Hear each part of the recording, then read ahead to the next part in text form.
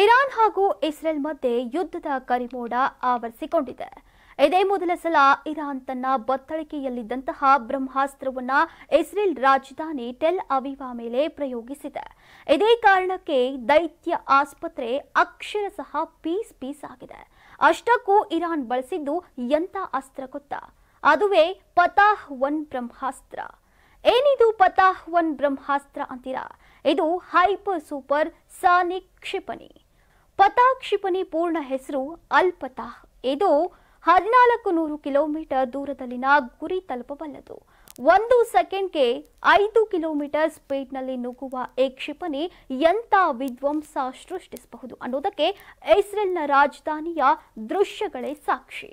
ಇದೊಂದು ಬ್ಯಾಲಿಸ್ಟಿಕ್ ಕ್ಷಿಪಣಿ ಆಗಿದ್ದರಿಂದಾಗಿ ಆಗಸದಲ್ಲಿ ಡ್ರ್ಯಾಗನ್ ಮಾದರಿ ವಿನ್ಯಾಸವನ್ನ ಸೃಷ್ಟಿ ರಣಕೇಗೆ ಹಾಕಿತ್ತು. ಇದು 350ರಿಂದ 450 ಕೆಜಿ ಹೊತ್ತೊಯ್ಯಬಲ್ಲ ಸಾಮರ್ಥ್ಯ ಹೊಂದಿದೆ. ಬೆಚ್ಚಿ ಬೀಳಿಸೋ ಸಂಗತಿ ಏನಂದ್ರೆ ಅಣ್ವಸ್ತ್ರ ಸಿಡಿತಲೆಗಳನ್ನ ಹೊತ್ತೊಯ್ಯಬಲ್ಲ ಶಕ್ತಿ ಈ ಕ್ಷಿಪಣಿಗಿದೆ.